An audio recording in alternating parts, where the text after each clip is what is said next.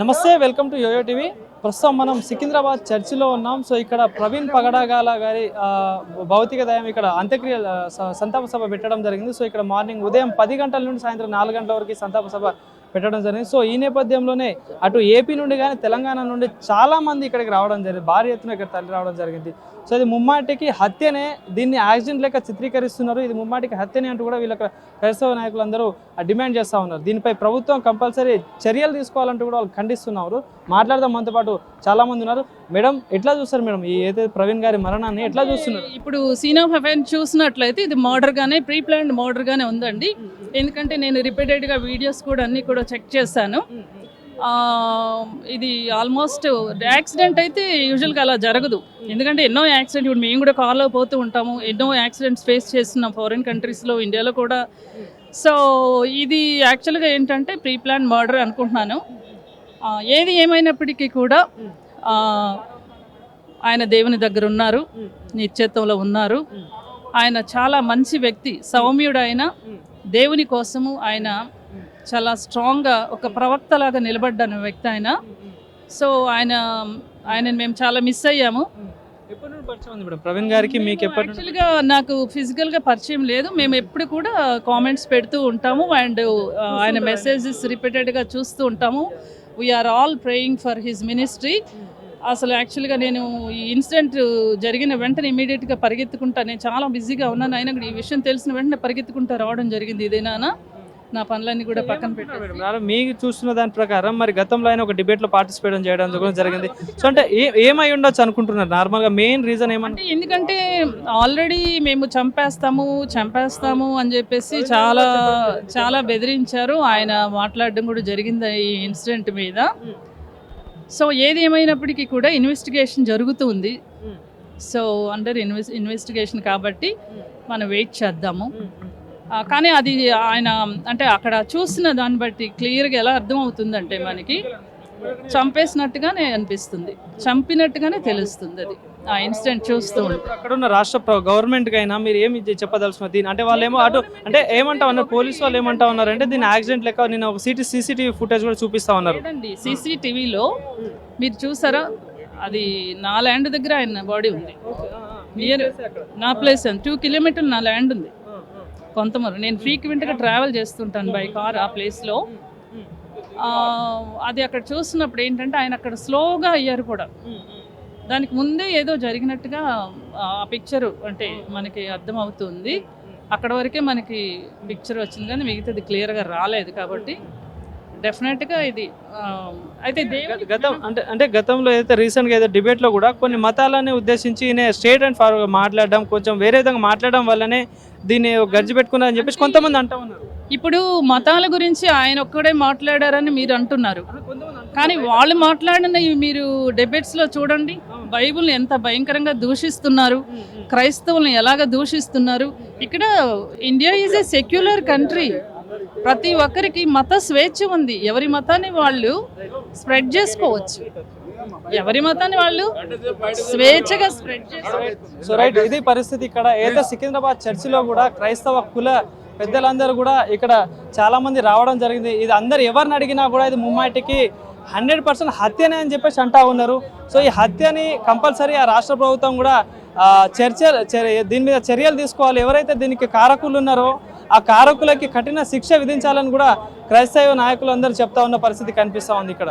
Sir, ఇట్లా చూస్తారు మరి ప్రవీణ్ గారి మరణాన్ని ఒక్కొక్కరు ఒక్కొక్కలా మాట్లాడుతూ ఉన్నారు. ఏం చెప్తారు అసలు? మీకు ప్రవీణ్ గారికి ఉన్న సన్నిహితం ఎట్లాంటిది, ఏం చెప్తారు ఈ ఇన్సిడెంట్ గురించి? ఇప్పుడు ఆయన వీడియోలన్నీ నేను చూశానండి. ఆయన చాలా జ్ఞానవంతుడు, మహా తెలివిగలడు, సౌమ్యుడు, ఓపిక ఉన్న వ్యక్తి. ఒక మంచి అంటే ఎలాంటి ప్రశ్న వేసినా అది ఖురాన్ గురించే కావచ్చు, బైబిల్ గురించే కావచ్చు, మళ్ళీ హిందూ మత గ్రంథాల గురించి కాదు, ప్రతిదీ క్లారిటీగా క్షుణ్ణంగా ఆయన పరిశీలన చేసి అంటే ఎన్ని బుక్స్ చదివి ఆయన జ్ఞానాన్ని పొందిన వ్యక్తి. అయితే జ్ఞానాన్ని ఉన్నట్టుగా చెప్పడం వల్ల ఇతరులకు ఒక ద్వేషం అనేది పెరిగింది. అంటే కోపం పెంచుకున్నారు. వీడు ఉన్నట్టుగా చెప్తున్నాడు, ఈ మీడియాలో చెప్తున్నాడు, వీడు అంటే ఈయన మాటలను జీర్ణించుకోలేక వాళ్ళు ఈ యొక్క కుట్ర పన్నీరని మేము బలంగా నమ్ముతున్నాం. సో అంటే ఏమైనా అనుకో దీని వెనకాల నిజంగా మీరు ఇప్పుడు అంటున్నారు కుట్రగానే ఇది హత్య అని చెప్తున్నారు అంటే ఎవరై ఉండొచ్చు అనుకుంటారు సార్? నేనే కాదండి, ప్రతి ఒక్కరు ఇదే మాట అంటారు. ప్రభుత్వానికి తెలుసు, చంద్రబాబు నాయుడు తెలుసు, అదే ఇక్కడ రేవంత్ రెడ్డికి తెలుసు, అందరికి తెలుసు ఇది ఖచ్చితంగా మర్డర్ అని. కాకపోతే అది మర్డర్ మనకు తెలియకుండా ఉండాలి, గొడవలు అవుతాయని చెప్పి కావాలనే దాన్ని రాంగ్ ట్రాక్ లోకి తీసుకెళ్తున్నారు. యాక్సిడెంట్ గా చెప్తా ఉన్నారు. ఇప్పుడు నిన్న 100% పోలీస్ వాళ్ళు కూడా స్క్రీన్ పెట్టి సీసీటీవీ ఫుటేజ్ కూడా ప్లే అది డైవర్ట్ చేస్తున్నారండి. అది అక్కడ డైవర్ట్ చేస్తున్నారు. ఎక్కడైతే ఆయన పడి ఉన్నారో, డెడ్ బాడీ పడిందో అక్కడే మనకు మొత్తం గుర్తులు కనబడుతున్నాయి. కర్ర కనబడుతుంది, కర్ర పగిలిపోయింది, అంటే కొడితే 2 ముక్కలు అయిపోయింది, అక్కడ బ్లడ్ కనబడుతుంది.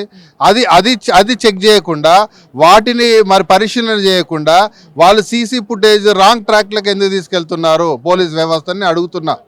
ఎందుకంటే మీరు మీ డ్యూటీ ఏంది? ఉన్నది ఉన్నట్టుగా మీరు ఎక్స్పోజ్ చేయాలి, ఉన్నది ఉన్నట్టుగా గవర్నమెంట్కి మనం ఉన్నట్టుగా పోస్ట్ మార్టం రిపోర్ట్ ఇవ్వాలి. మీరు ఎందుకు దాన్ని రాంగ్ ట్రాక్ చేస్తున్నారు? మీ జాబ్ని కరెక్ట్ ఎందుకు చేయట్లేదని అడుగుతున్నా పోలీస్ వ్యవస్థని. అవును, మీరేం చెప్తారు సార్ మరి ఇన్సిడెంట్ మీద? మీరేం చెప్తారు అసలు? తప్పకుండా సార్, ఈరోజు ప్రవీణ్ పగడాల గారు అన్నగారు లేరు అంటే అది మాకు చాలా బాధాకరమైన విషయము. క్రిస్టియన్ కమ్యూనిటీకి ఆయన ఒక మంచి యోధుడండి, ఒక మంచి వారియర్.